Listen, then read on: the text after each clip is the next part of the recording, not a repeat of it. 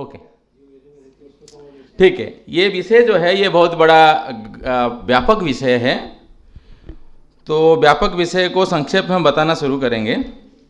ये मैप आप देख सकते हैं, ब्राह्मी को केंद्र में रखा गया है और ब्राह्मी लिपि का जो प्रसार है वो जापान तक भी है, ऊपर तक जाएंगे, नीचे आप जाएंगे तो जावा, सुमात्रा, बाली इधर भी है, सेंट्रल एशिया में भी है। तो ब्राह्मी इन सब लिपियों की जननी है,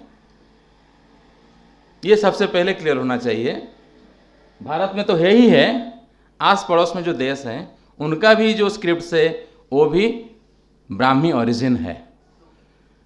आप थाईलैंड में जाइए, थाई स्क्रिप्ट, उसका भी ओरिजिन ब्राह्मी से है। भारत का तो है ही है, उसमें कोई no doubt, there is no doubt. आप कंबोडिया में चले जाइए, खेमेर स्क्रिप्ट है, वो भी ब्राह्मी से है।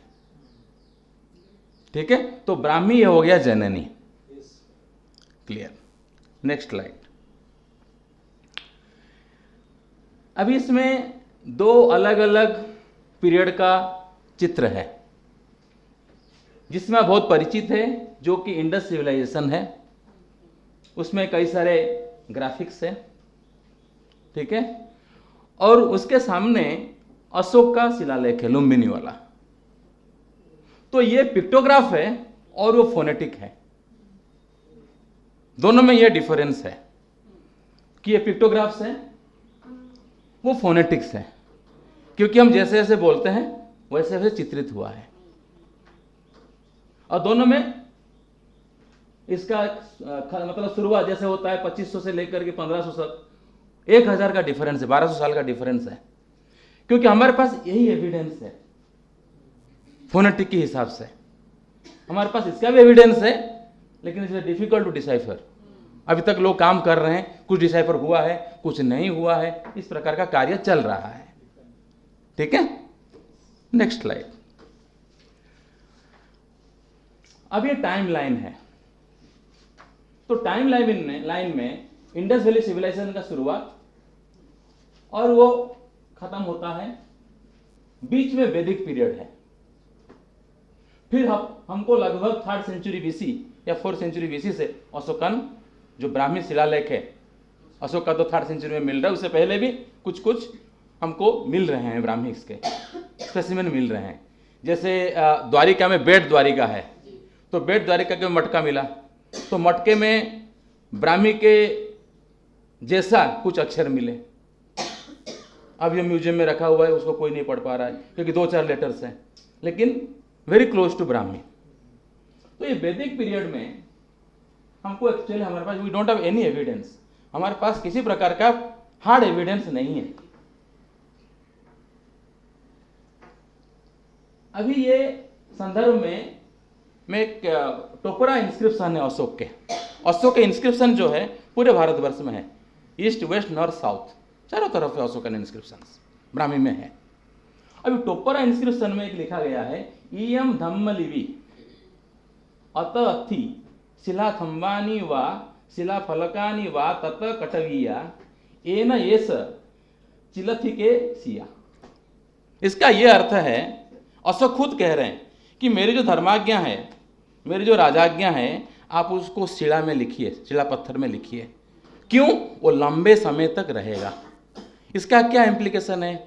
इसका इम्प्लीकेशन ये है, अशोक के समय में जो कुछ भी राइटिंग मटेरियल था वो ड्यूरेबल नहीं था। क्योंकि मैं जोड़ रहा हूं कि वैदिक पीरियड में जो कुछ भी होगा, हम देखेंगे वैदिक पीरियड में हम कहते हैं कि श्रुति है, अपौरुषेय है, बहुत सारे हम वैदिक के बारे में कहते हैं, वो सत्य भी है, लेकिन कहीं ना कहीं जा करके लिपि के बारे में भी थोड़ा वहाँ संदर्भ मिलता है।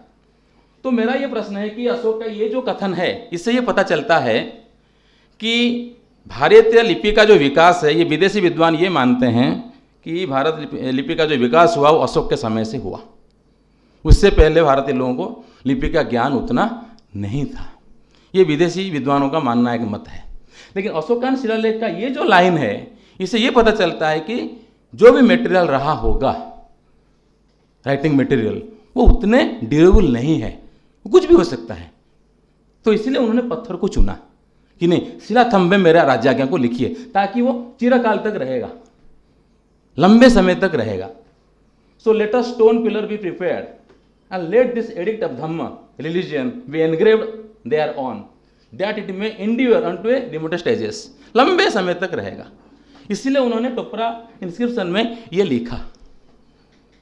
तो इसलिए जितने भी हमारे पास मतांतर है कि भारत की लेखन की शुरुआत कब हुई, कैसे हुई, इस शिलालेख से पता चलता है बहुत पुराना है। अभी लिपि ये शब्द हम बार बार देखते हैं, और अशोक ने अपने शिलालेख में इयम धम्म लिपि का प्रयोग किया है। ठीक है, उसके जितने शिलालेख है, आप सभी शिलालेख में देखेंगे कि इयम धम्म लिपि कई बार आता है, कई बार उन्होंने उसको उद्धृत किया है। तो लिपि जो शब्द है ये लिप धातु से, ठीक है, युगपदार्थ कित, इस सूत्र से इन प्रत्यय से निष्पत्ति हुआ। और अमरकोश में लिपि और लिवि ये दोनों शब्द प्राप्त होते हैं, और दोनों स्त्री प्रत्ययांत है। इसलिए मोड़ी लिपि, शारदा लिपि, नेवारी लिपि, ब्राह्मी लिपि स्त्रीलिंग। तो ये अमरकोश में ये है। ठीक है, और पाणिनि ने भी एक सूत्र दिवा विभा निशा प्रभा, ये पूरा सूत्र हमने दिया है, उसमें लिपि और लिवि ये क्रुदंत सेक्शन में आता है। तो लिपिकार लिविकार ये दोनों शब्द का निष्पत्ति होता है। तो लिपि लिवि ये हमको प्रामाणिक तौर पे टेक्स्ट में देखने मिलता है, लिपि और लिवि। और उसी लिपि लिवि का प्रयोग अशोक के इंस्क्रिप्शन में मिलता है। अशोक में एक नया और एक नाम मिलता है, दिवी और दीपि। खरोष्टी इंस्क्रिप्शन में आप देखेंगे उसमें लिपि भी है, लिपि भी है, दिवी भी है, दीपि भी है। तो लिपि के स्थान पर दिवी और दीपि इसका भी प्रयोग मिलता है। तो चित्रलिपि के बारे में जब हम बात करते हैं, पिक्टोग्राफी, तो सबसे हमको ध्यान में आता है कि Mesopotamia civilisation, you can see here this Tigris river, here is the Mesopotamia civilisation. उसमें हमको कुछ प्राप्त ऐसे मिलते हैं, ये नुकीले होते हैं, इसको किलाक्षर कहते हैं, कील की तरह होते हैं, Q9 स्क्रिप्ट है। और इसके ऊपर अभी शोध चल रहा है। कहाँ चल रहा है? कोपेनहेगन यूनिवर्सिटी में। तो वहाँ एक डिपार्टमेंट है इसके ऊपर शोध करने के लिए कि इसमें क्या लिखा है, उसके ऊपर अभी वो कार्य कर रहे हैं। और इसका जो समय है 2600 BC। तो ये पिक्टोग्राफी मतलब ये सबसे पहला रूप है लिपि का। और भी कई सारे यहाँ मैंने उदाहरण आपके लिए प्रस्तुत किया है। जैसे प्राचीन मिस्र देश है, वहाँ भी ऐसे हीरोग्राफिक्स का ऐसा चित्र बना रहता है, वो भी पिक्टोग्राफी है। और जो सर्दन ईरान है, जहाँ सुमेर, वहाँ भी जैसे अनाज है, छोटा सा ग्रेन है, उसका कैसे डेवलपमेंट वो भी दिखाया गया है। और चाइना में कैसे सूर्य से कैसे अभी चाइनीज लैंग्वेज में सूर्य बना है, तो ये सब पिक्टोग्राफ्स के अंतर्गत आते हैं। और पेरू में ये मिलता है, इसको बोलते हैं सूत्रलिपि। ठीक है, ये पेरू में है, गांठ बन करके ऐसे लगाया गया है, ये सूत्रलिपि है। अभी उसको डिसाइफर करने वाला कोई है नहीं, समझ में नहीं आता है कि उसने क्या किया है, क्या लिखना चाहता है। ठीक है, कर्नाटक में ब्रह्मगिरी एक स्थान है, वहाँ एक इंस्क्रिप्शन है। उस इंस्क्रिप्शन को लिखने वाला जो है, ऐसा माना जाता है कि हमारे पास इंस्क्रिप्शन है पूरे भारतवर्ष में, जो ब्राह्मी स्क्रिप्ट तो है, लेकिन उसको लिखने वाला जो लिपिकार था वो खरोष्टी जाना या वहीं से था। उसका नाम है चपटेन लिखितम, ऐसा शब्द मिलता है। और वो उसने क्या किया है ना, उसने राइट टू लेफ्ट लिखा है। ब्रह्मगिरी में वो इंस्क्रिप्शन अभी भी अवेलेबल है, कर्नाटक में ब्रह्मगिरी। ये सारनाथ का पिलर है जिसमें ब्राह्मी लिपि और प्राकृत लैंग्वेज का प्रयोग हुआ है। क्योंकि प्राकृत लैंग्वेज ये कहने से इसमें बहुत सारे और भी डायलेक्ट्स आ जाते हैं। इस संदर्भ में मैं ये कहना चाहूँगा, जब दो ब्राह्मण बुद्ध के पास आते हैं और उनसे आग्रह करते हैं कि आपकी जो प्रवचन है, जो आप देते हैं, उपदेश देते हैं, उसको छंदस में क्यों ना किया जाए। छंदस का अर्थ होता है वैदिक में, क्यों ना किया जाए। तो वो कहते हैं कि नहीं करना चाहिए, तो फिर एक शब्द कहते हैं। वो क्यों करना चाहिए ना, ये जो जितने आपके शिष्यगण हैं वो अलग अलग कुल से हैं, अलग अलग गोत्र से हैं, तो आपके जो शास्त्र है वो पॉल्यूट हो रहा है, दुष्यंती मतलब वो पॉल्यूट कर रहे हैं। तो उस संदर्भ में बुद्ध कहते हैं कि नहीं, सकाय निरुक्ति, आप अपने अपने ओन डायलेक्ट में बोलते रहिए। आप देख सकते हैं कि बुद्ध जन्म हुए और उनके अलग अलग स्थान में जहाँ जहाँ गए सब लैंग्वेज में बात करते थे, और वो स्थान बहुत जोग्राफिकली बहुत दूर दूर है। ऐसा नहीं है कि अभी जाकर चलेंगे शाम तक पहुँच जाएंगे, ऐसा नहीं है, दूर दूर है। तो इसमें कई सारे लिपि और भाषा का बहुत महत्वपूर्ण है, क्योंकि अशोक ने ब्राह्मी को क्यों चुना? क्योंकि वो जन जन भाषा जो प्राकृत है उसको लिया, संस्कृत को नहीं लिया। फिर एक प्रश्न आता है, संस्कृत नहीं था क्या? संस्कृत नहीं था, फिर तुरंत 1st सेंचुरी एडी में संस्कृत का ज़्यादा प्रभाव कैसे शुरू हो गया? 200 साल में तो नहीं हो सकते, 2-3 साल में। तो इसलिए भाषा और लिपि ये दोनों साथ साथ चलते हैं। जब अशोक ने ब्राह्मी को चुना एज ए स्क्रिप्ट, तो उसका मदर स्क्रिप्ट कौन था? क्योंकि प्राकृत में बहुत सारे वर्ण नहीं है जो संस्कृत में है। तो फिर इसका यह अर्थ होता है कि संस्कृत में जितने भी लिटरेचर है वो सब प्राकृत के बाद लिखा गया है। मतलब कोई एक टेम्पलेट होगा उनके सामने, तो प्राकृत के लिए जो जो चाहिए एज पर आवर मतलब कन्वीनियंस मॉडिफिकेशन उन्होंने मॉडिफाई किया। चलिए, तो ये दो जो है धम्मपद, ये खरोष्ठी लिपि में है और एक गांधारी प्राकृत में है। गांधारी भी, ये भी एक प्राकृत का भेद है, गांधारी प्राकृत। सिंहली प्राकृत भी है जो इंस्क्रिप्शन में मिलता है, तो ये गांधारी प्राकृत है, ठीक है। लेकिन स्क्रिप्ट जो है वो खरोष्ठी है, और ये भी प्राकृत है जिसका स्क्रिप्ट से ब्राह्मी है। ये भी एक मैन्युस्क्रिप्ट है जो खरोष्ठी स्क्रिप्ट में है, और खरोष्ठी स्क्रिप्ट में अभिलेख है। आपको पढ़ना है तो फिर आपको राइट से पढ़ना होगा। Geographical extent of the Brahmi and Kharoshthi, जैसे मैंने ब्राह्मी का कहा, ब्राह्मी जापान तक गया है, और खरोष्ठी का आप देख सकते हैं जहाँ जहाँ हाईलाइट्स है, सेंट्रल एशिया में है, कुचा में है, जो अभी चाइना में है, तो कई सारे खरोष्ठी का भी प्रयोग हुआ है। ये सब एरिया में खरोष्ठी का चलता है। अफगानिस्तान एरिया में ज़्यादा खरोष्ठी का अभी भी है वहाँ इंस्क्रिप्शंस। तो ये पूरा अल्फ़ाबेट्स हैं जो आपको वही सिखाने वाले हैं, ठीक है, अमित जी और उनके साथी। अभी थोड़ा सा हम ये करेंगे शॉर्ट में, भारत में लेखन परंपरा। अभी हमारे पास प्रोफेसर मूले जी हैं, वो वेद के प्रकांड ज्ञाता है, तो मैं कुछ पूछना भी चाहूँगा कि वेद का अध्ययन के साथ साथ ऐसा कोई संदर्भ सर आया है जिसमें लेख और लिपि या लेखन कला ऐसा कुछ है वेद में, वैदिक साहित्य में? चलिए, लिपि के बारे में तो वैसे नहीं दिखता है, बिल्कुल लिखा है करके ऐसे कुछ नहीं दिखता। नहीं दिखता। लेकिन जैसे द्विपादी, त्रिपादी, ये सब जो शब्द है, ये शब्द है, ये शब्द है, इन शब्द से हम लिपि को ये कर सकते हैं।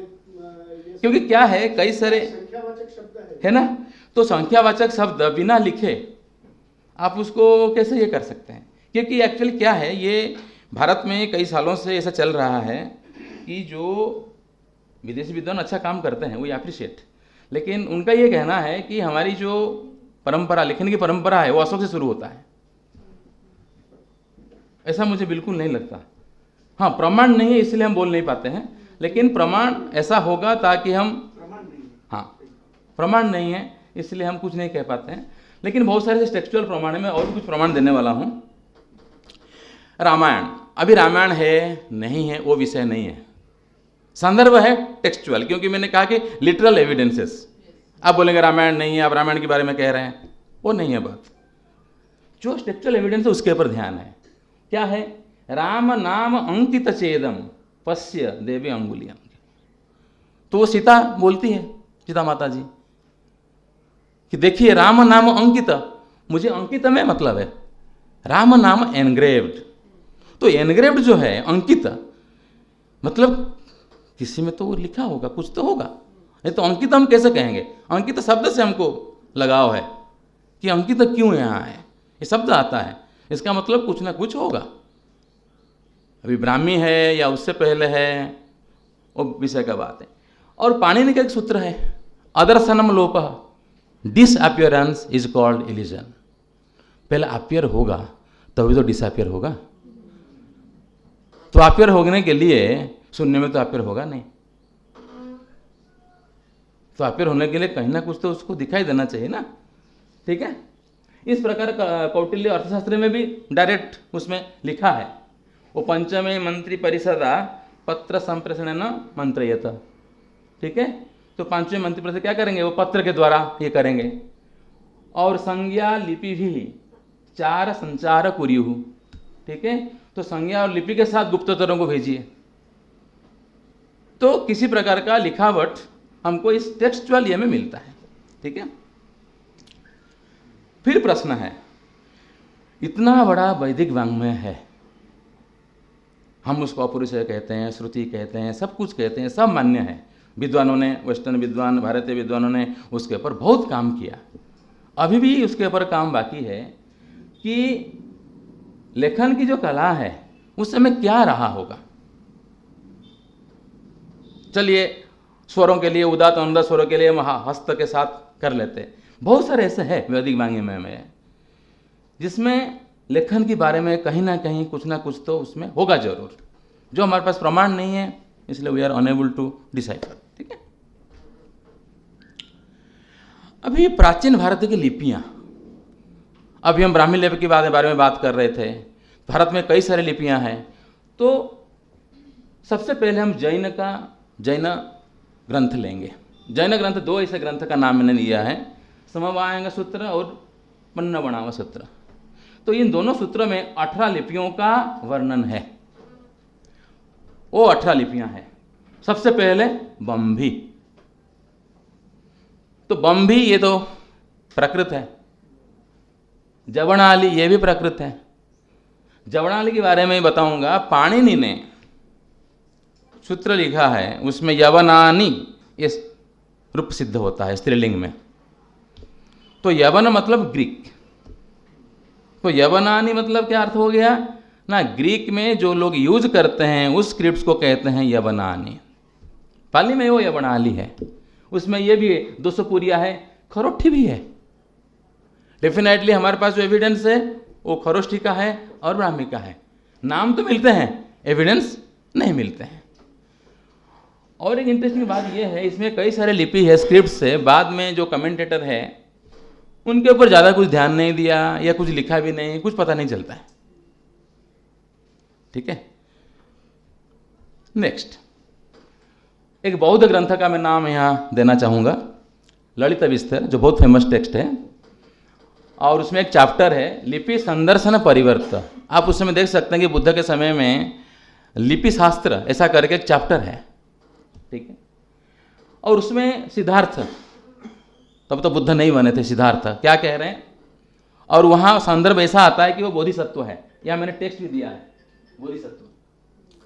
तो क्या कहते हैं, कतमाम में भो उपाध्याय लिपिम शिक्षा पयसी। भो उपाध्याय कतमाम लिपिम शिक्षा पयसी।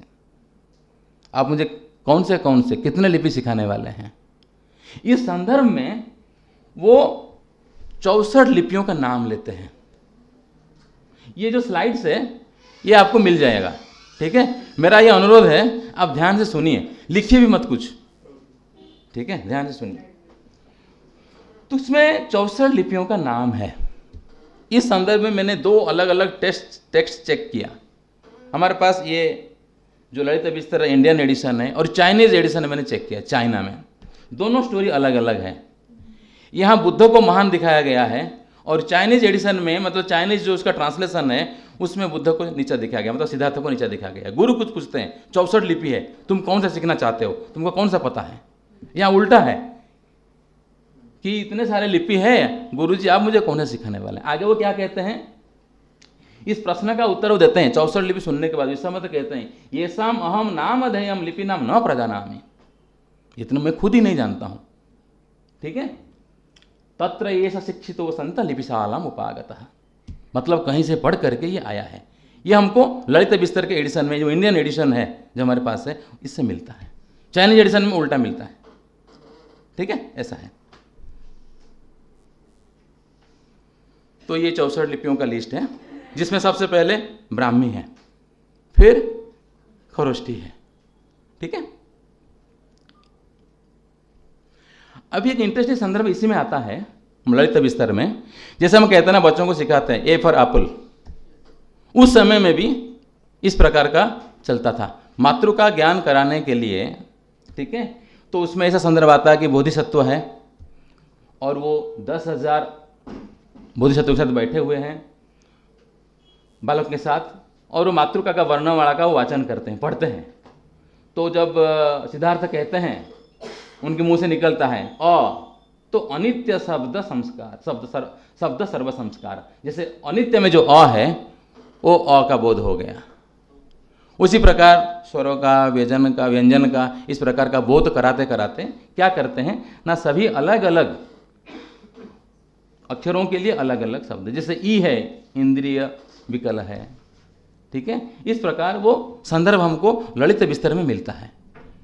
सिर्फ अक्षर भी सीखते हैं, साथ ही साथ जब उच्चारण सब लोग उच्चारण करते हैं तो अ कहेंगे तो बाकी सब ऐसे कहेंगे अनित्य शब्द। इस प्रकार का संदर्भ हमको उस समय से, प्राचीन समय से मिलता है। ठीक है। अभी दो अलग अलग और टेक्स्ट हैं जिसमें 18 लिपि और 18 लिपि मिलता है। एक होता है वर्ण का समुच्चय और विशेष आवश्यक सूत्र, ये दोनों में 18 लिपि मिलता है। ठीक है। उसमें कुछ विदेशी लिपि है और कुछ हमारे मतलब यहाँ जनजाति का लिपि है, कुछ प्रादेशिक लिपि है, कई सारे इसमें है। थोड़ा सा उसको एनालिसिस करते हैं इसमें। जैसे अभी मैं कह चुका हूँ कि यवनाली जो लिस्ट में, और यवनी और यवनान, ये 3 नाम हमको मिलते हैं। तो पतंजलि अपने महाभाष्य में कहते हैं यवना लिप्याम इत्यपि वार्तिकम। तो यवन मतलब लिपि, तो यवनानी शब्द बनता है उसमें। तो यवन के द्वारा प्रयोग किए गए जो लिपि है उसको हम यवनानी कहते हैं, जिसका हमको टेक्सचुअल रेफरेंस मिलता है। अभी भारत की जो प्राचीन लिपियां हैं जिसका नाम हमने ये दिया, बाकी तो प्रमाण हमको मिलता नहीं है। सिर्फ प्रमाण किसका मिलता है ना, ब्राह्मी और खरोष्ठी। ठीक है। फिर प्रश्न आता है कि अष्टाध्यायी में हमको लिपिकार, लिविकार ये शब्द मिलता है। ठीक है। फिर प्रश्न होता है कि जो अश्व के अभिलेख में भी लिपि, लिपि, दीपि इन शब्दों का प्रयोग मिलता है। तो इतने सारे जो लिपियां हैं इसका क्या अर्थ है, जब उसको हम एनालिसिस करते हैं, विवेचन करते हैं, उसे पता चलता है कि उसमें कुछ प्रचलित लिपियां हैं और भारत में ज्ञात विदेशी लिपियां हैं और भारत की में प्रादेशिक लिपियां हैं और जनजातिक लिपियां, जैसे किन्नर लिपि। ठीक है, एक जनजाति है। तो इस प्रकार के कई सारे अलग अलग लिपियों का नाम मिलता है। और कुछ विद्वान ये तो मानते हैं कि बहुत से नाम तो लिपि के द्योतक ना होकर लेखन के प्रकार, राइटिंग स्टाइल एक ही होगा, राइटिंग स्टाइल में अलग अलग नाम आए हैं या अलग अलग नाम से हम उनको टेक्स्ट में देखते हैं। ठीक है। तो भाषा और लिपि इन दोनों की जो उत्पत्ति है उसकी जो प्राचीनतम मान्यता है, वो मान्यता इस प्रकार है, जब हम कुछ सोच नहीं पाते हैं तो फिर हम किसी दूसरे ऐसा शक्ति, एनर्जी के ऊपर छोड़ देते हैं। किसी ने किया होगा, क्योंकि वो मेटाफिजिक्स कंटेंट में चला जाता है। हाँ उसने किया होगा, मुझे तो, मनुष्य का एक लिमिटेशन है, वो लिमिटेशन से बाहर चला गया तो सोचता है कि वो क्या होगा। ये सिर्फ भारत में नहीं, सभी देशों में है इस प्रकार के। तो यहाँ एक मैंने चार्ट बनाया है, आप उसको देख सकते हैं। देश का नाम, ठीक है, और उसके साथ देवताओं का नाम, लिपि का नाम और समय। देश हो गया मिस्र, हो गया थोत, हो गया लिपि, सॉरी देवता का नाम, और हीरोग्राफी से हो गया उसका लिपि का नाम, टाइमिंग दे दिया। तो इसी प्रकार आप देख सकते हैं जो भारत है तो ब्रह्मा, ठीक है, लिपि का नाम ब्राह्मी। तो ये सभी देशों की जो कथाएं हैं, आख्यान हैं इतिहास में, इस प्रकार के नाम हमको देखने मिलते हैं। ठीक है। लेकिन मुझे ऐसा लगता है कि मनुष्य ने इसको परिवर्धित किया है और समय के साथ साथ उसमें परिवर्तन दिखाई देते हैं। ठीक है। फिर लिपि की प्रामाणिक उत्पत्ति, मतलब जिसने डिसाइफर किया। लगभग 18 सेंचुरी में ये सब शुरू हो गया डिसाइफर, 18वीं शताब्दी में ये सब शुरू हो गया, ठीक है। और उसमें उस कार्य में जो लिपि का जो रहस्य है उसको उद्घाटन करने में, उस कार्य में बहुत सारे प्रोफेसर्स लगे हुए थे। कुछ का तो नाम हो गया, कुछ को पता भी नहीं चला, कहीं वो समय के साथ खो गए, हमको ज्ञात भी नहीं है, ठीक है। इस प्रकार ये एक दूसरा लिस्ट है, ठीक है। समय भी है और लिपि का नाम भी है और विद्वानों का नाम है, क्योंकि ये स्लाइड्स में आपको देने वाला हूँ संक्षेप में, बहुत कुछ बताना है। अभी क्या है भारत, तो भारत में ब्राह्मी लिपि और उसको डिसाइफर करने वाला व्यक्ति जो है जेम्स प्रिंसेप, ठीक है। तो उन्होंने डिसाइफर किया, तो इसलिए डेफिनेटली उनको तो क्रेडिट जाता ही है, क्योंकि आप इतिहास देखेंगे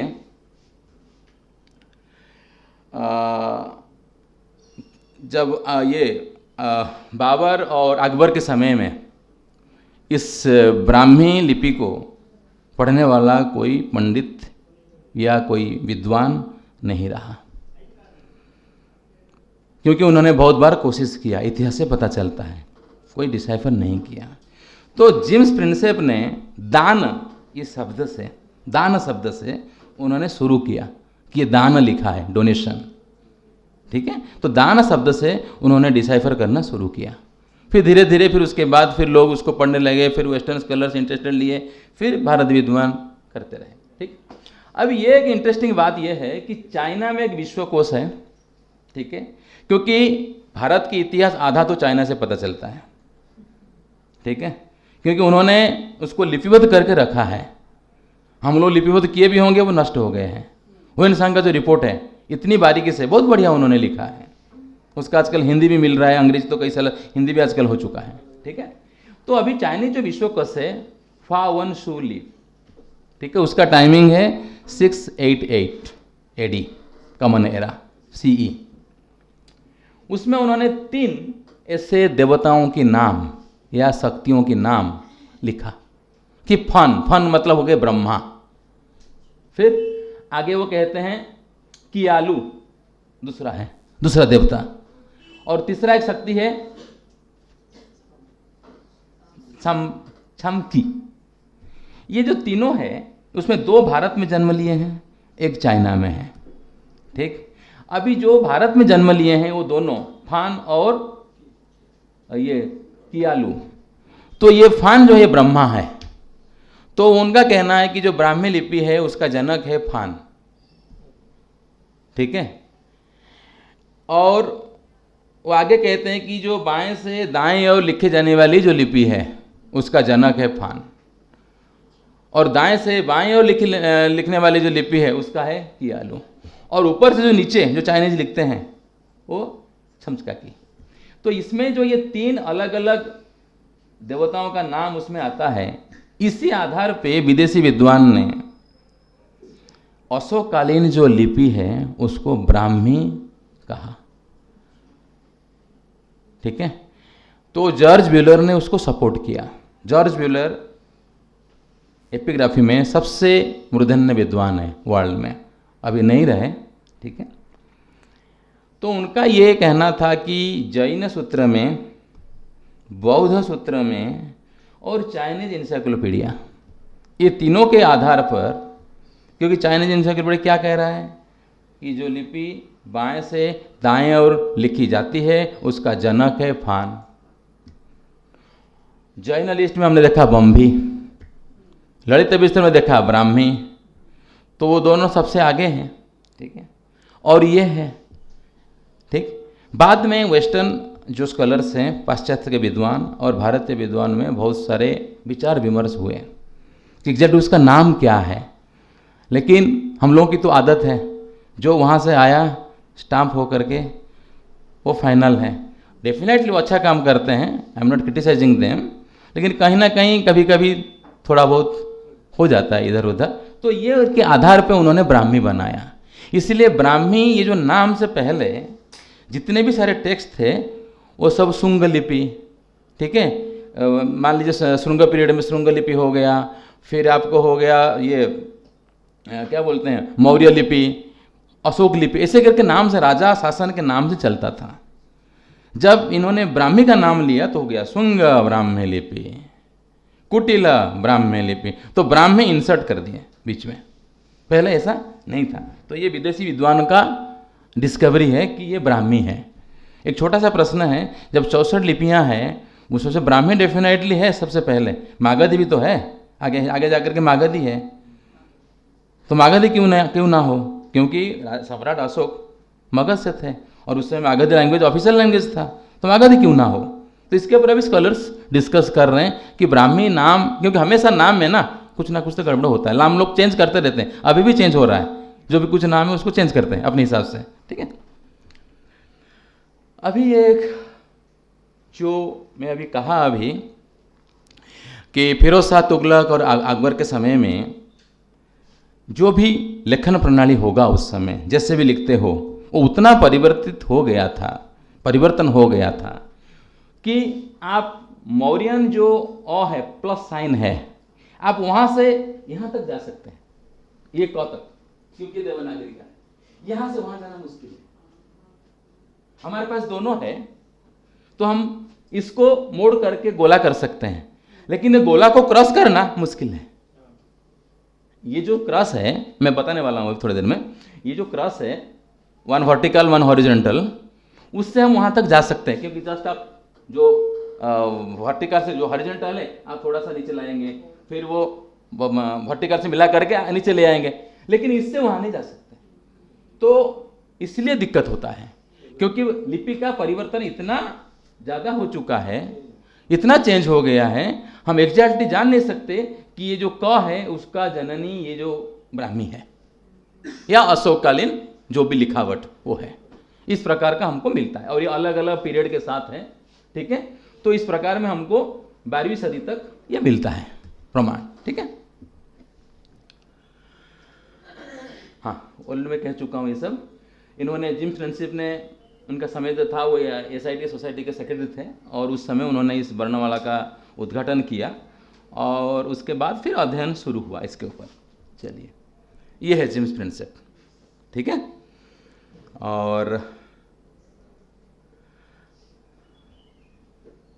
कुछ तो प्रॉब्लम है, font problem, no problem, okay. अभी ब्राह्मी लिपि की जो जन्म है, तो वो कैसे कैसे जन्म हुआ उसके बारे में है। जैसे यहाँ 5 ऐसे विद्वान का नाम हमने यहाँ रखा है। तो कनिंघम का कहना है कि जो हमारे बीजाक्षर ओम है उनसे ब्राह्मी लिपि की उत्पन्न है बीजाक्षर, ठीक।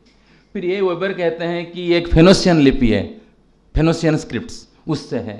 कोई कहते हैं आर्माइक स्क्रिप्ट, ये आर्माइक स्क्रिप्ट है। तो और कोई कहता है कि जो सिंधु सभ्यता में जो लुप्त हो गई जो है उससे है।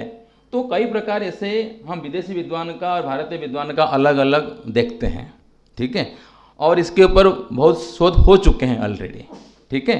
तो उसमें 2 बातें हैं, एक तो ब्राह्मी लिपि जो है फॉरेन ओरिजिन और इंडिजीनियस, ये बेसिक सवाल है, वेरी बेसिक क्वेश्चन, ये इंडिजीनियस है या फॉरेन ओरिजिन है, ठीक है। तो भारतीय विद्वान का कुछ का कहना है कि नहीं ये फॉरेन ओरिजिन है, ठीक है, और कुछ कहना है कि नहीं, जो सिंधु सभ्यता में जो कुछ नष्ट हो गए उसकी जो सिंबल्स हैं वो ब्राह्मी के साथ मिलते हैं। तो कई सारे यहाँ एग्जाम्पल्स मैं आपको दे सकता हूँ इस संदर्भ में।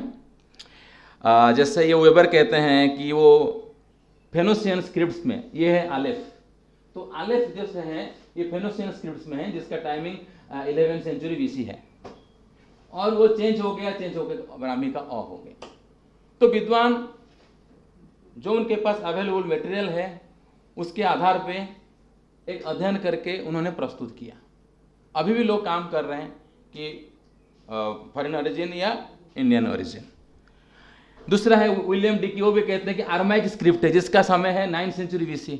डेफिनेटली ब्राह्मी का तो बाद में है, तो जो पहले है वही तो दिखाएंगे ना कि इसमें भी ये शब्द है, ये भी आलेफ है, वो भी आर्माइक स्क्रिप्ट का है, क्योंकि फेनोशियन से आगे डेवलप हुआ है 11th वो 9वीं सेंचुरी। तो भी अ है, तो ये ब है, गिमेल से ग है।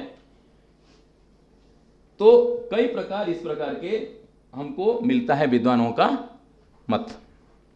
जॉन मार्शल है, तो वो कहते हैं कि सिंधु सभ्यता में जो कुछ साइंस है, सिंबल्स है, उससे ये प्राप्त होता है। तो सभी ने अपने अपने हिसाब से अवेलेबल मटेरियल्स के हिसाब से युक्ति प्रस्तुत किया है, ठीक है। उस प्रकार हमारे इंडियन स्कॉलर है भोलानाथ तिवारी, ठीक है, तो उनका कहना है कि सिंधु में जो सिंबल्स है वो ब्राह्मी में मिलते हैं, ठीक है। अभी मान लीजिए आज कोई मटेरियल और मिल जाएगा, कोई विद्वान उसके ऊपर जो रिसर्च कर रहे हैं वो भी कहेंगे नहीं नहीं वो ऐसा है, तो ये चलता रहेगा ये सिलसिला, क्योंकि हमारे पास प्रमाण का अभाव है और डेफिनेटली कुछ है नहीं।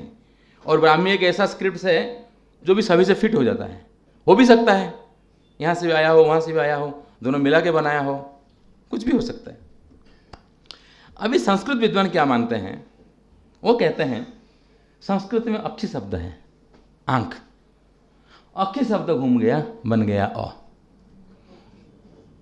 ठीक है। कर्तन शब्द है काटना, तो क्या कर्तन क, ठीक है। तरु ट्री लगता है ना तरु की तरह, ठीक है। और गगन आकाश ग, प्लाव होता है ना हल चलाने के लिए, तो हा जैसा हो गया। तो ये संस्कृत विद्वान का एक अपना मत है कि क्योंकि वो हर चीज यही संस्कृत में अच्छा ही है, हर चीज को कैसे भी करके जोड़ देते हैं, ठीक है, तो कैसे भी करके जोड़ देते हैं। तो उनकी जो विद्वत्ता है इसलिए विद्वान है, पंडित है, ठीक है। तो वो जोड़ दिए कि नहीं ये ऐसा हो सकता है। मैं तो 2-4 शब्दों का दिया, सभी शब्दों का निकाल के रखा है कि ये शब्द से ये बना है, क्योंकि ना उनको विदेशी का कुछ पसंद है ना इंडिया में कुछ सिंधु का पसंद है, उनको शब्द से प्यार है, ठीक है। वो पूरा एकदम कि नहीं अक्षी शब्द से तो आंख जैसा है, उल्टा कर दो तो होता ही है, ठीक है। इस प्रकार संस्कृत विद्वान का कथन है। चलिए तो मैंने कह दिया है। और रिचर्ड सोलोमन एक्चुअली बहुत अच्छा काम करते हैं, तो उन्होंने खुद कहा है कि इसको ब्राह्मी कहना डाउटफुल है। रिचर्ड सोलोमन खुद कहते हैं कि इसको ब्राह्मी कहना डाउटफुल है, ठीक है। चलिए अभी अशोकान जो इंस्क्रिप्शंस हैं, ये फ्रेगमेंट है, ये ब्रिटिश म्यूजियम में है, और इसमें ट्रिपल डॉट ई य अनुस्वर ई एम ध अनुस्वर म ल,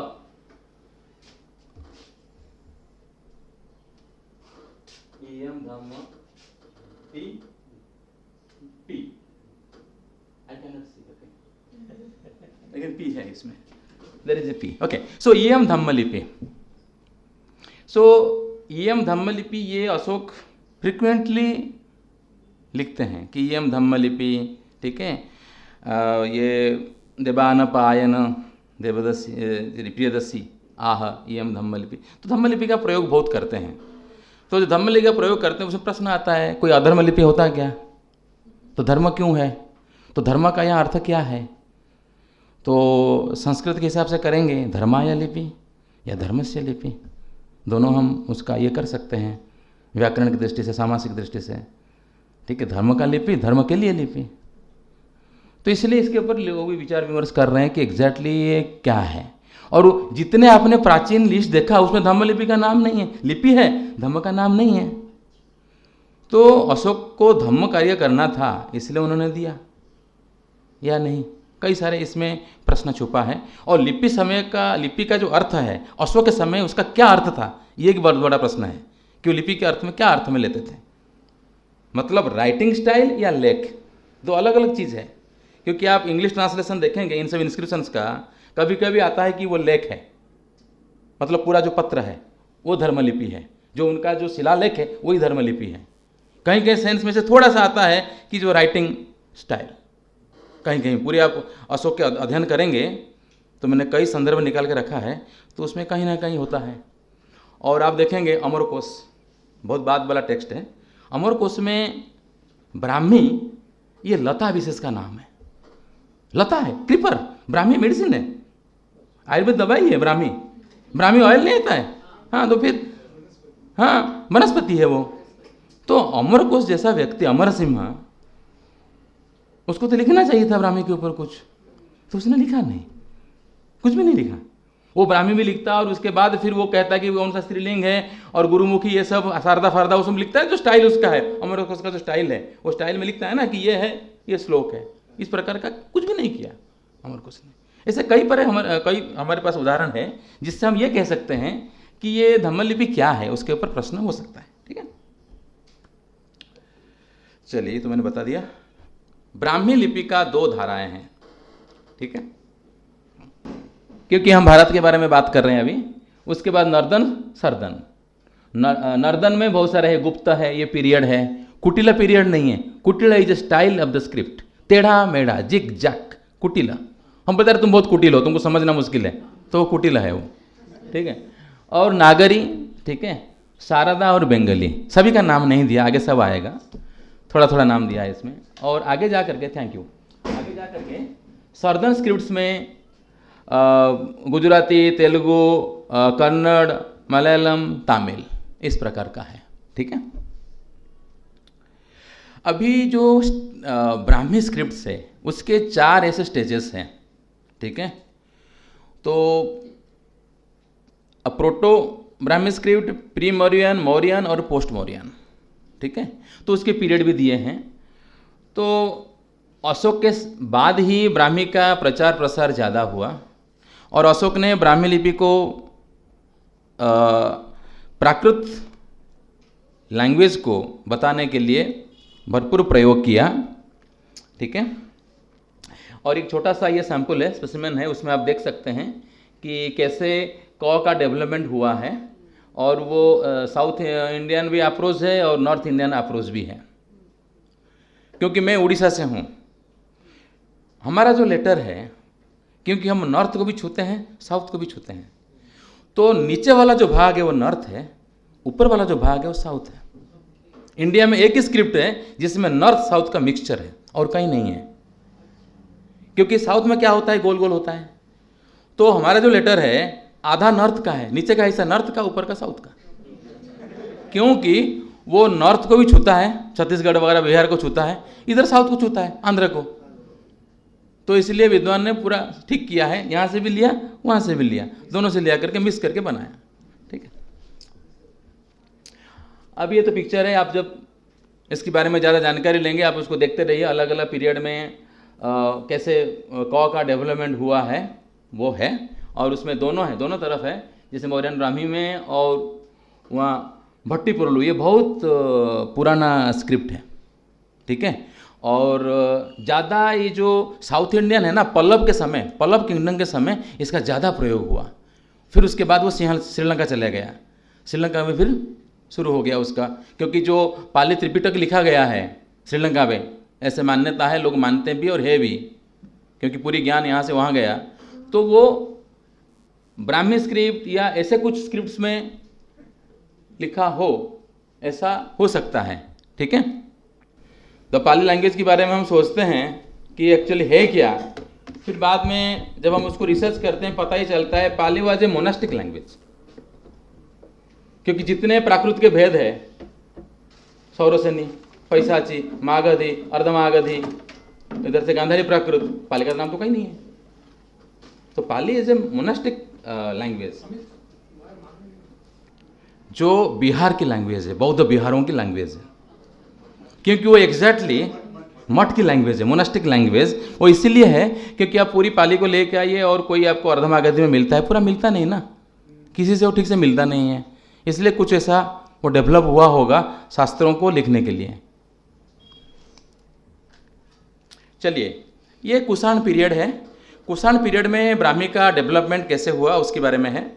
तो कुषाण पीरियड में आप देख सकते हैं क्लियरली कि कितना परिवर्तन हुआ है, आप देख सकते हैं। ठीक है, 3rd सेंचुरी एडी में इतना परिवर्तन हो गया ब्राह्मी का। ठीक है, और उसके बाद आप देख सकते हैं कुषाण पीरियड में सिर्फ ब्राह्मी अक्षर नहीं और मात्राओं का भी परिवर्तन हुआ। क्योंकि मात्रा में क्या होता है, जैसे आपने किया, एक वर्टिकल एक हॉरिजॉन्टल क्रॉस करते हैं, फिर मात्रा के लिए आपने ऐसे कर दिया, छोटी सी और एक हॉरिजॉन्टल लाइन ले लिया टॉप में। ठीक है, और उसके बाद फिर आप देख सकते हैं यहाँ कैसे वो स्लैंड ऊपर कर दिया है। इस प्रकार में परिवर्तन बहुत हुआ है। ठीक है, फिर आते हैं हम गुप्त लिपि में। तो गुप्त 4th सेंचुरी एडी, और गुप्त के समय में क्या हुआ ना, कलम और स्याही का यूज़ करना शुरू हुआ। इसलिए ब्राह्मी जो अक्षर है वो नए नए रूप को धारण किए, क्योंकि वो डिपेंड करता है, कुछ स्टाइलिश में लिखा, कुछ लिखा, फिर धीरे धीरे आप देख सकते हैं कि पाद चिन्ह हुआ, फिर हेड स्ट्रोक हुआ, थोड़ा सा हुआ, फिर धीरे धीरे पूरा अभी हम शीर्ष रेखा यूज करते हैं।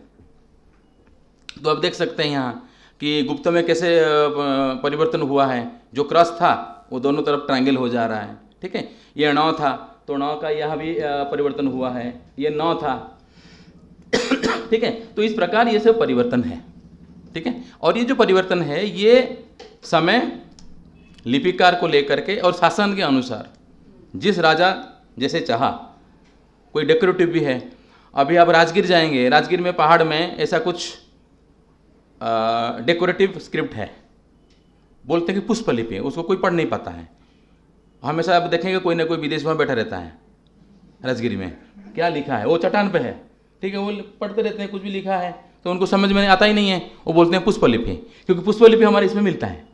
इसमें जो लिपि है, जो 64 लिपि है ना, उसमें 1 इज पुष्पलिपि। तो इस प्रकार के कई सारे शोध चल रहे हैं। कुटिला लिपि जो मैंने कहा अभी, तो ये टेढ़ा मेढ़ा लिपि है थोड़ा सा। आप देख सकते हैं कि ब्राह्मी का जो अ था उसमें कितना परिवर्तन हो गया इस अ में, ठीक है। तो क का तो धीरे धीरे ये हो गया आपका कुटिला लिपि। अब जो कुटिला लिपि है ना, ये सबसे महत्वपूर्ण ट्रांजिशन पीरियड है, क्योंकि कुटिला स्क्रिप्ट्स में आगे जाकर के सीधा मात्र का स्क्रिप्ट बनती है। सीधा मात्र का चाइना में जाता है, फिर चाइना से फिर वो कोरिया में जाता है। तो सीधा मात्र का एक बुद्धिज्म के लिए बहुत बड़ा वाइटल रोल, जो सिल्क रूट है, सिल्क रूट में जो स्क्रिप्ट्स गया चाइना, उसका जो प्रोटोटाइप ये है कुटिला। डेफिनेटली सेंट्रल ब्राह्मी अलग है, लेकिन ये कुटिला है। तो आप देखेंगे जापान में एक टेम्पल है, उस टेम्पल का नाम है होर यूजी। उसमें एक मानुस्क्रिप्ट है, उष्णी से विजय धारिणी, ये एक बौद्ध धारिणी टेक्स्ट है, मंत्र का टेक्स्ट है, ठीक है। और वो टेक्स्ट लिखा गया है सिद्धम में, that Siddham is very close to Kutila. और वो मानुस्क्रिप्ट का जो समय है 7th century CE, ठीक है। और इसी स्क्रिप्ट से लिखा है। जैसे हम करते हैं ना आजकल, किताब लिखते हैं, फिर उसमें हम कैसा हमने पद्धति यूज किया, डायक्रिटिकल मार्क यूज किया, कौन से लेटर यूज किए, उस मानुस्क्रिप्ट्स में नीचे मतलब अंत में स्क्रिप्ट्स का पूरा डिटेल दिया है। अ आ से लेकर के पूरे जो अक्षर, सिर्फ वर्णों को दिया है। जो कंजंक्ट्स हैं, संयुक्ताक्षर है, जोड़ाक्षर है, उसको नहीं दिया, वो तो लंबा लिस्ट हो जाएगा ना। तो सिर्फ गिविंग द बेसिक लेटर्स, ठीक है। सब आने वाला है, एवरीथिंग विल कम। टिबेटन भी है, सब है। आप हमको दुनिया शेयर कराएंगे, आज टिबेट भी जाएंगे, अब सब जाएंगे, ओके, विदाउट टिकट। अभी ये जो ब्राह्मी है, आगे जाकर के कुटिलों को मैंने दिखाया, थोड़ा सा इसमें इंडिविजुअली किया गया है कि अलग अलग आपको दिखाई दे। आप देख सकते हैं मात्राओं में परिवर्तन देख सकते हैं, और जो बेसिक लेटर है उसमें भी परिवर्तन आप देख सकते हैं। तो ये एक कंपेरेटिव स्टडी है, ब्राह्मी, गुप्त, कुटिला, सिद्धम। और जहां हमने अंडरलाइन दिया है आप उसको देख सकते हैं कि ब्राह्मी में म कैसे था, गुप्त में कैसे चेंज हो गया, और उसके बाद फिर कुटिला में वो अंडरलाइन कहाँ चला गया, वेयर इट इज, प फ ब भ म, ओके। एंड आप देख सकते हैं, इसलिए जो टिबेटन स्क्रिप्ट है डायरेक्ट कनेक्शन विथ कुटिला, क्योंकि टिबेटन म कुटिला म, टिबेटन अंग कुटिलंग, फ्रॉम टिबेटन। ये एक ही लेटर का यहाँ डेवलपमेंट आपको दिया गया है, आपके लिए दिखाया गया है, जो न है, और ये न एक्चुअली नेवारी का है, ठीक है। लेकिन इसमें पूरा ऐसे डेवलपमेंट हुआ है। आप देख सकते हैं धीरे धीरे सर्दन का अप्रोच कैसा रहा है, और आगे जाकर के नर्दन का अप्रोच कैसा रहा है, ठीक है। ये एक्चुअल अध्ययन का विषय है, मैं थोड़ा सा आपको ऐसे इंट्रोडक्शन दूंगा, आप इसको लीजिए, पढ़िए, फिर देखिए आगे। हाँ, ये अभी डिस्कस करेंगे हम लोग। अभी देखिए ब्राह्मी है और एक क्वेश्चन मार्क दिया है, और उसमें ब्रैकेट में लिखा है 5th century BC, क्योंकि ये डिपेंड करता है मटेरियल के ऊपर। आज कुछ मटेरियल अभी मिल गया तो फट से पीछे चला जाएगा, इसलिए वो हमेशा प्रश्न में रहता है कि कब है, ठीक है। और हमारे अशोकान इंस्क्रिप्शंस वो तो एविडेंस है ही है। तो नॉर्थ इंडिया में बहुत सारे स्क्रिप्ट्स हैं, ठीक है, और साउथ इंडिया में है बहुत सारे स्क्रिप्ट्स के डेवलपमेंट हुए हैं। और उसके बाद आप देख सकते हैं नंदी नागरी, लेट नागरी, और उसके बाद फिर आसामी, बंगाली, ओरिया, गुजराती। ये जो 11th-10th सेंचुरी है ना, वो ट्रांजिट पीरियड है। उस समय में एक्चुअली क्षेत्रीय जो लिपि है राज्यों की जो लिपि है, उस समय जो भी जनपद रहा हो उस समय की, वो क्षेत्र लिपि का डेवलपमेंट होता है 11th-10th में। ठीक है, तो इसमें जो आप इस तरफ देखेंगे, एक मैंने नाम दिया है सिद्ध मातृका, आप यहाँ देख सकते हैं, ये सिद्ध मातृका है, इसका बहुत बड़ा रोल है। और उसके अपोजिट में देख सकते हैं शारदा। जैसे मैं कई सालों से लिपि के ऊपर थोड़ा बहुत काम करता हूँ, शारदा और सिद्ध मातृका, इसके ग्राफिक्स में ज़्यादा भेद नहीं है। डेफिनेटली सिद्ध मातृका शारदा से पहले है, प्रोटोटाइप शारदा का प्रोटोटाइप सिद्ध मातृका है। ठीक है, लेकिन बाद में मुझे ऐसा लग रहा है कि बुद्धिज्म को प्रोपागेट करने के लिए सिद्ध मातृका और बुद्धिज्म को छोड़ करके बाकी, हम हिंदुइज्म नहीं कहेंगे, बाकी जो कुछ रहा बौद्धेतर, उसके लिए शारदा।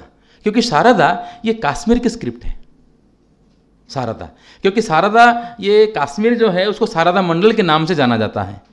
तो वहाँ की जो आराध्य देवी है वो सरस्वती शारदा है।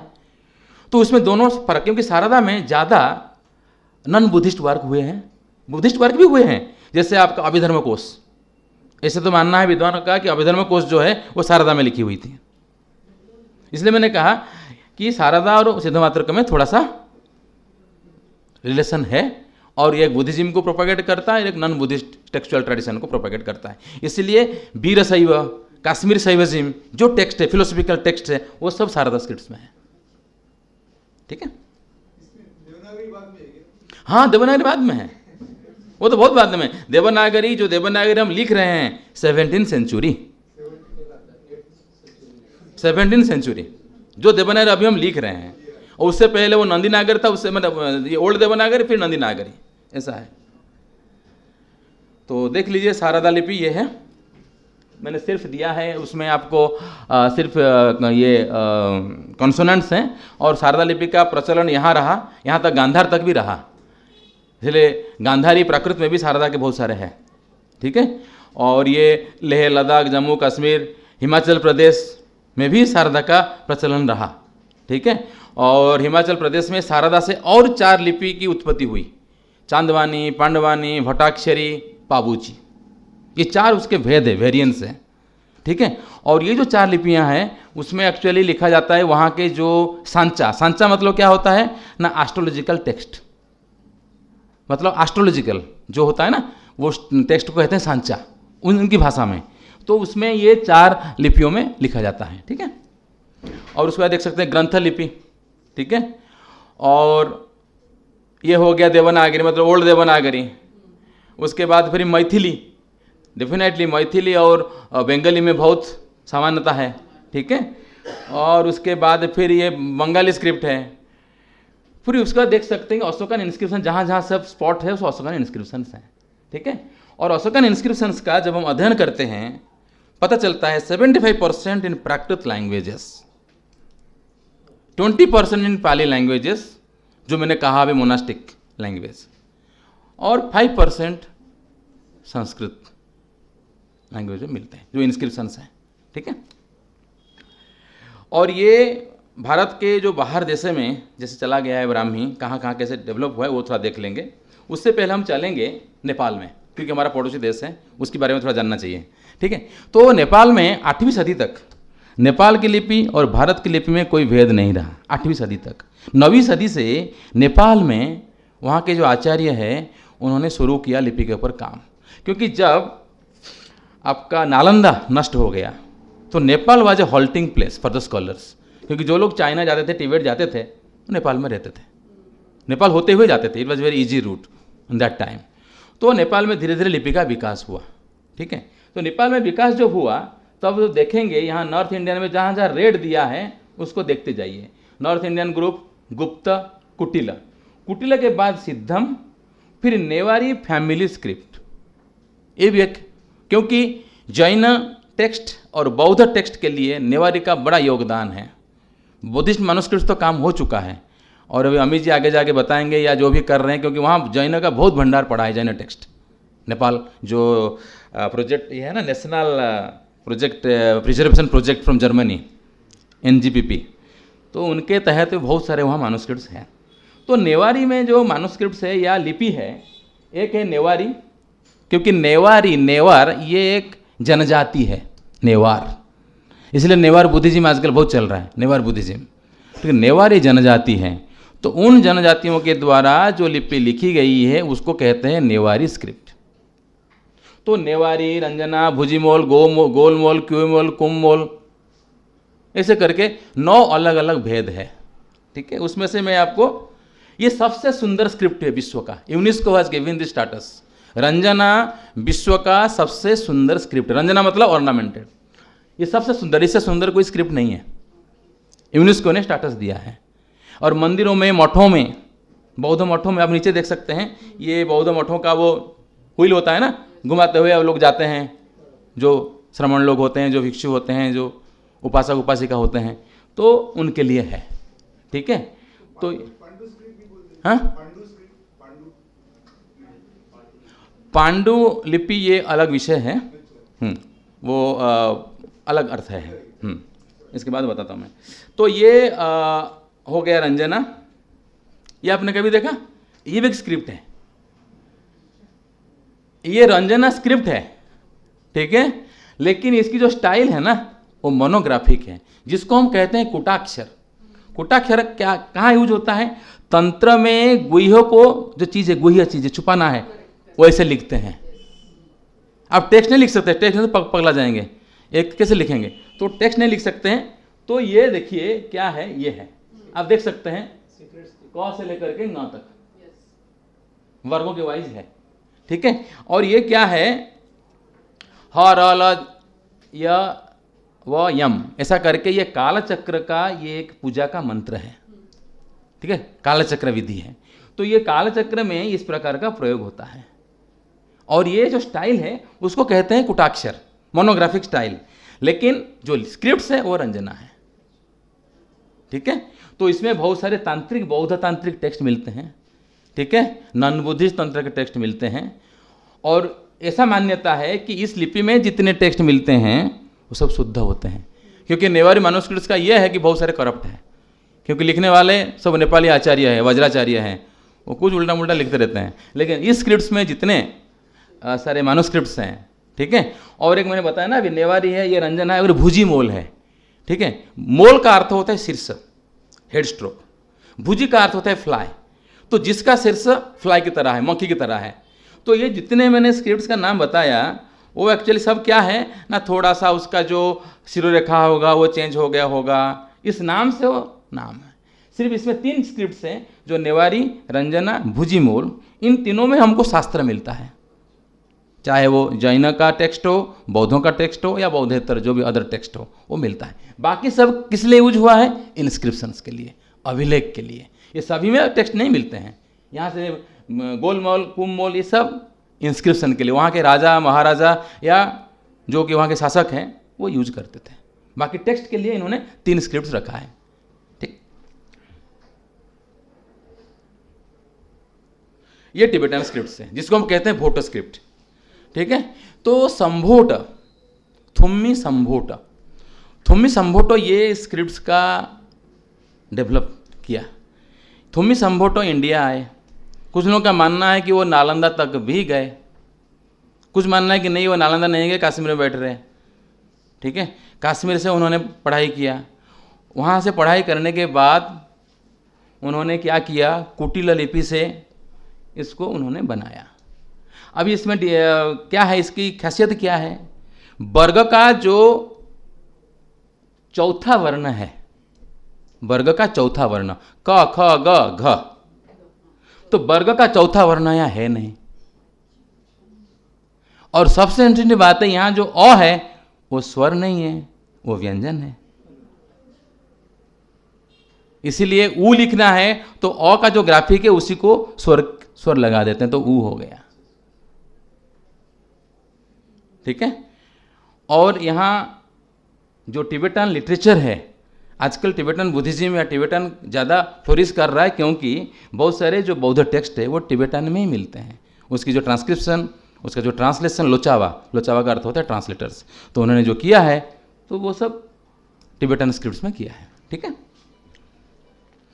ये सिंहल स्क्रिप्ट्स हैं। श्रीलंका के। तो Sinhala script South Indian effect है, क्योंकि पल्लव के समय ये सिंहल स्क्रिप्ट का प्रयोग हुआ, ठीक है। और इसमें बहुत सारे बौद्ध ग्रंथ मिलता है जो पाली लैंग्वेज है और सिंहली स्क्रिप्ट्स है। हमारे डिपार्टमेंट, पाली डिपार्टमेंट में प्रोफेसर देवकर जी हैं, तो उन्होंने एक इनिशिएटिव लिया है कि जितने, क्योंकि हम लोग क्या करते हैं यहाँ इंडिया में रहते हैं तो पाली के बहुत सारे टेक्स्ट सिंहल में पब्लिश होता है। किसमें? सिंहली स्क्रिप्ट्स में, पाली लैंग्वेज में।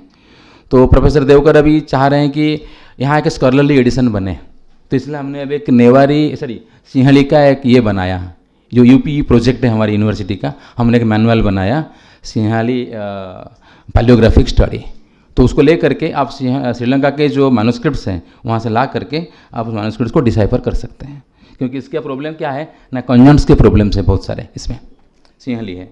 और उसके बाद फिर बर्मीज स्क्रिप्ट्स है, ये भी ब्राह्मी के ये है स्क्रिप्ट्स, और थाई स्क्रिप्ट्स है, ठीक है, और खेमेर है, ये काम्बोडिया के स्क्रिप्ट्स है। लाओस छोटा सा कंट्री है, उसमें थाई स्क्रिप्ट्स का इन्फ्लुएंस है लाओस में। और ये सुमात्रा में स्क्रिप्ट्स है, रेजांग अल्फ़ाबेट है, ठीक है। और ये अक्षरवाली होना चक्कर है, इसमें भी बहुत सारे स्क्रिप्ट्स ब्राह्मी से ही ये सब है। और ये भारत की प्रमुख लिपियाँ, सिंधु है, ब्राह्मी है, सिद्धमातृका, खरोष्टी, कुटिला, तामेली, बट्टलतु ग्रंथ सब है, सभी की लिस्ट है, ठीक है। अभी हम चलेंगे, इसमें आपको देखेंगे। आप सबसे पहले ऊपर से शुरू कीजिए। यहाँ जो स्क्रिप्ट है वो शारदा है। हिमाचल में आइए, शारदा का इन्फ्लुएंस रहा, ठीक है। और शारदा का जो इन्फ्लुएंस रहा तो वहाँ 4 ऐसे इंडिविजुअल स्क्रिप्ट्स हैं, ठीक है। एक होता है टाकरी, टाकरी स्क्रिप्ट है जो कि शारदा स्क्रिप्ट से निकली हुई है, टाकरी। लांडा, पंजाब में आ जाएंगे गुरुमुखी। ये जितना मैंने नाम लिया इसका प्रोटोटाइप हो गया शारदा। डेफिनेटली ब्राह्मी जननी है, लेकिन जननी के बाद पीढ़ी बद पीढ़ी चेंज हो गया तो ये हो गए। अभी हरियाणा में आइए, हरियाणा में एक स्क्रिप्ट से देवनागरी तो यूज होता ही होता है, महाजनी, महाजन से महाजनी, जो राजस्थान में भी यूज होता है। हरियाणा राजस्थान में महाजनी स्क्रिप्ट है, ठीक है। उत्तर प्रदेश में आइए, कैथी, कैथी एक स्क्रिप्ट है, कैथी, कैथी एक स्क्रिप्ट है जिसमें लिटरेचर तो कम मिलता है क्योंकि भोजपुरी लैंग्वेज में भी लिखा रहता है। तो कैथी में ज़्यादा जो शासन का जो पत्र है, जैसे मोड़ी में लिटरेचर कम है। मोड़ी में मेनली जो जमीन के कागजात है, प्रॉपर्टी कागजात है, वो मोड़ी में है, जो महाराष्ट्र में है, ठीक है। तो इस प्रकार आप आएंगे। बिहार में एक भोजपुरी स्क्रिप्ट है, उन्होंने बनाया है भोजपुरी, थोड़ा बहुत मिथिला स्क्रिप्ट को चेंज करके, क्योंकि मिथिला अक्षर जो है ना, मिथिलांचल, क्योंकि मिथिला स्क्रिप्ट सबसे इंपॉर्टेंट स्क्रिप्ट्स है। क्यों? क्योंकि मिथिला स्क्रिप्ट्स का इन्फ्लुएंस बंगाली स्क्रिप्ट्स में है, मिथिला स्क्रिप्ट्स का इन्फ्लुएंस नेवारी स्क्रिप्ट्स में है। तो इसलिए नेवारी, बंगाली, मिथिला ये बहुत क्लोज है, ठीक है। तो वहाँ आ गए। फिर उसके बाद फिर वेस्ट बंगाल में बंगाली है, यहाँ टिबेटन चलता है सिक्किम में, ठीक है, भोट लिपि, ठीक है। और यहाँ के तानी स्क्रिप्ट है। एक्चुअली तानी स्क्रिप्ट नाम है, लेकिन अरुणाचल प्रदेश में एक्चुअली वो लिखते हैं रोमन में, रोमन स्टाइल। बाकी जो है ना, मणिपुर, नागालैंड, मिजोरम, ये सब रोमन अल्फ़ाबेट यूज़ करते हैं। इनके पास कोई ऐसा अशोक का डेवलपमेंट हुआ या ब्राह्मी का डेवलपमेंट हुआ स्क्रिप्ट वहाँ तक नहीं है, मतलब नहीं पहुँचा, मैं नहीं कह सकता, वो लोग यूज़ नहीं करते अभी फिलहाल, ठीक है। और उसके बाद फिर आप वेस्ट बंगाल हो गया। उड़ीसा में एक स्क्रिप्ट होता है करणी, कर मतलब हाथ, इसलिए उसका नाम दे दिया करणी। और कुछ लोग ये भी मानते हैं कि कलिंग स्क्रिप्ट भी था, लिटरेचर में मिलता है कि कलिंग लिपि है। I never seen where it is, but literature में है कि क्योंकि नाम कलिंग था तो इसीलिए कलिंग लिपि भी होगा, ऐसा करके आता है, लेकिन उनका स्पेसिमेन कहीं नहीं मिलता है कि ये कलिंग स्क्रिप्ट है। जो करणी स्क्रिप्ट है, जिसको हम कहते हैं ओल्ड ओरिया, अभी तो ओरिया स्क्रिप्ट है ना, तो ओल्ड ओरिया करणी स्क्रिप्ट है। और छत्तीसगढ़ में ऐसे कुछ नहीं है, लेकिन करणी का थोड़ा ज़्यादा ये रहता है। महाराष्ट्र में मोड़ी हो गया, और बाकी तो ये रीजनल जो स्क्रिप्ट्स आपको चलते हैं। इसमें जो साउथ इंडिया है, कर्नाटक, आंध्र, तमिलनाडु, केरला, इसमें एक स्क्रिप्ट चलता है जो है ग्रंथ। ग्रंथ का अर्थ होता है टेक्स्ट। अभी इसमें से सिर्फ तेलुगु नहीं, तमिल को, तेलुगु को छोड़ करके तेलुगु को छोड़ करके बाकी सब जो लिपि है वो पूरे संस्कृत वर्णों को या संस्कृत वर्ण की जो जोड़ाक्षर है, कंजंक्ट्स हैं, क्लस्टर्स हैं, उसको प्रकाशित करने में सक्षम नहीं है। इसीलिए they developed the Grantha script. Grantha is very close to Malayalam script. Malayalam script that is from Kerala. तो ये ग्रंथ स्क्रिप्ट से बहुत सारे टेक्स्ट है। सबसे ज़्यादा जो टेक्स्ट है इंडिया में शारदा में है, शारदा लिपि में, और उसके बाद ग्रंथ में है। क्योंकि भारत सरकार का एक मिशन है यहाँ, नेशनल मिशन फॉर मैन्युस्क्रिप्ट्स। उनके पास जो कलेक्शंस है उस कलेक्शन के हिसाब से सबसे ज़्यादा मैन्युस्क्रिप्ट शारदा में है, सबसे ज़्यादा। अभी भंडारकर ओरिएंटल रिसर्च इंस्टीट्यूट यहाँ, इनके पास एक महाभारत का मैन्युस्क्रिप्ट्स है। महाभारत सबसे इनका जो मतलब बढ़िया मैन्युस्क्रिप्ट्स है जिसको लोग देखने आते हैं वो शारदा लिपि में है, और वो 13th सेंचुरी का है। 13th सेंचुरी का है वो। मास्टरपीस यही है, भंडारकर में है, जो शारदा लिपि में प्राप्त होता है। इस प्रकार आप देख सकते हैं कि ये कैसे डेवलप होता है। देवनागरी स्क्रिप्ट्स इसमें दिया है। Thank you all.